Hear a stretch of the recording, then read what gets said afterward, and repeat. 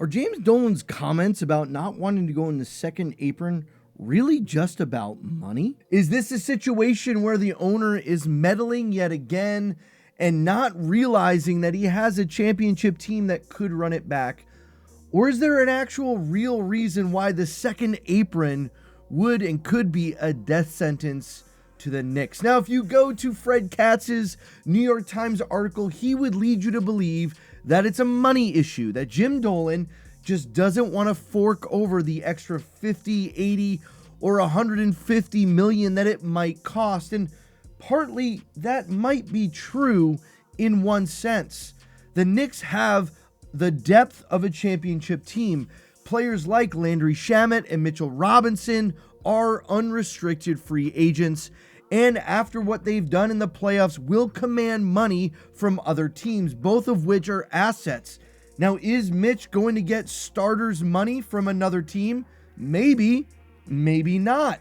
Maybe his inability to hit free throws and his need to be taken off the floor at certain points in the game because it just completely disrupts the offensive flow, maybe that's enough to hold other teams back. But those of us who have watched Mitchell Robinson play year in, year out, some games more than others, know his value to this squad, know that him coming onto the floor with that second unit and just playing stifling defense is so important. So what's the real reason then? Because I don't think it's just financial. I don't think this is just Jim Dolan being cheap. That's the easy narrative. That's the quick narrative. Let's take a step back and think about this for just a moment. I think it's the non-financial ramifications that are really the hindrance to the second apron. Teams like the Cleveland Cavaliers were in that apron this past offseason, and the only thing they could do was to try and bring in an aging star like James Harden, and it didn't really work. They were really limited by what they could accomplish, and I wouldn't be surprised if they only really have one more year with their roster as it is before they actually have to blow it all up. And it's the short-sighted nature of just trying to run it back for this next year that I think could seriously get the Knicks in trouble. The challenge really becomes when you start to stay in the second apron for multiple seasons. When you get up to that 3 years in the second apron, then you're starting to lose draft picks. Right now, the 2033 draft pick for the Knicks is their only first rounder that they actually have as an asset. And if they go into the apron this year, they're not going to be getting out of it anytime soon.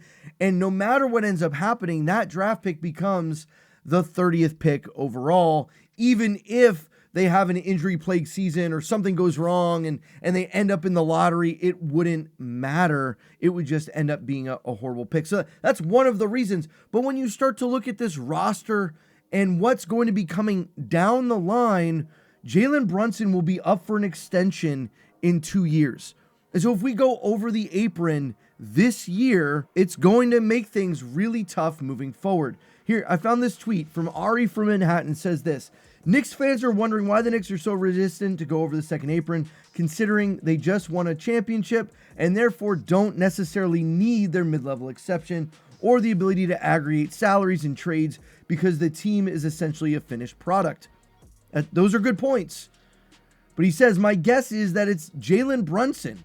His contract will be eligible in 2 years, and he's going to be eligible for that 5-year, $400 million, almost $80 million per year, the Supermax contract. My guess is that they are planning to go over the second apron for the 2 years after he signs his extension. Can't do it 3 out of any 5 consecutive years because then our pick in 2033 will drop out of the lottery. Staying under the second apron while JB is on his discount and waiting until he gets the bag to go above the second apron extends the championship window of this team to around 2030. 2 years in the second apron after the extension and keeps our pick out of jeopardy. Says, makes sense to me. Stay under while we have him on a discount, go over when he gets paid, save the pick asset, and extend the window. Here's why I think that makes the most sense to me to go forward. Yes, Mitchell Robinson is a huge piece. He's not Jalen Brunson. He's not Karl Anthony Towns. He's not OG Anunoby. He's none of those things. He's not Mikal Bridges.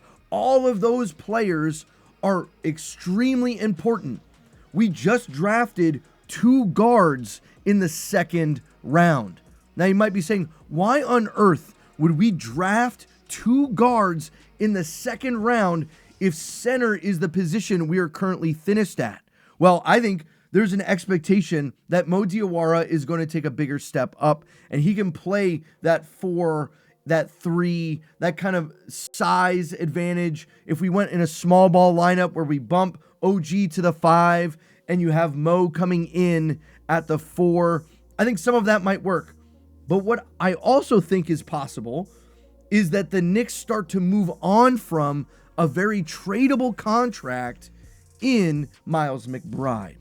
If the Miles McBride contract is moved and traded, that would free up around $3.8, $3.9 million more to be able to stay under the second apron, which could give us enough room to have Mitch Robinson come with a backloaded contract. I mentioned that in my previous video, a backloaded contract where that first year may not be so bad. It keeps us under the apron for one more season.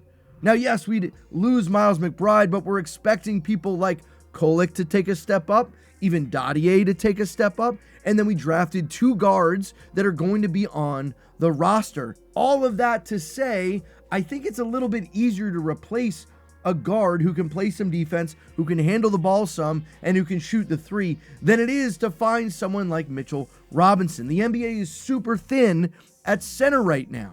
Our free agent options don't look great.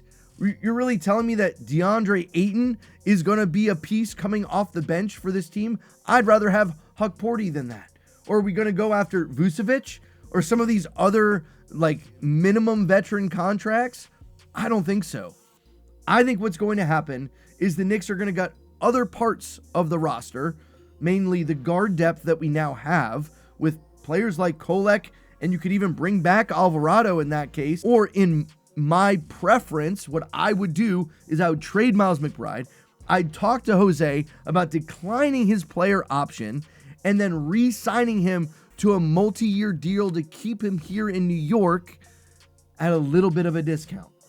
Now, if he's unwilling to do that, if he just wants to stay on the Knicks and make us go over that second apron, then maybe we have a problem. But I think it's possible. I think Jose wants to play here. I think Jose and Kolek backing up Brunson would be ideal, and then we can move on from McBride, and all of that would give us just enough space to unfortunately say bye to Landry Shamet, but we have wing players that can step into that role and instead put that money into Mitchell Robinson and stay under the second apron. Now, if we let Mitchell Robinson walk and stay under that second apron, we would then be forced to use that mid-level exception or the veteran minimum on a center, and that wouldn't be ideal.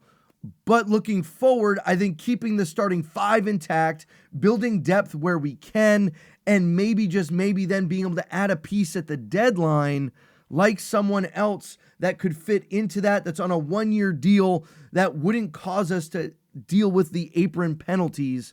That probably would be the other way to go, because you're telling me that this starting 5 couldn't have us in playoff contention.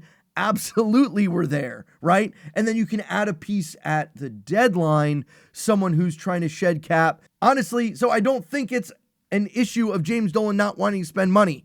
I think it's actually looking forward and seeing, oh, we're going to have to pay Jalen Brunson, and that's more important. That's when we go into the second apron. Let me know what you think down below. Is it really a James Dolan money issue, or is that just the low-hanging fruit, easy narrative?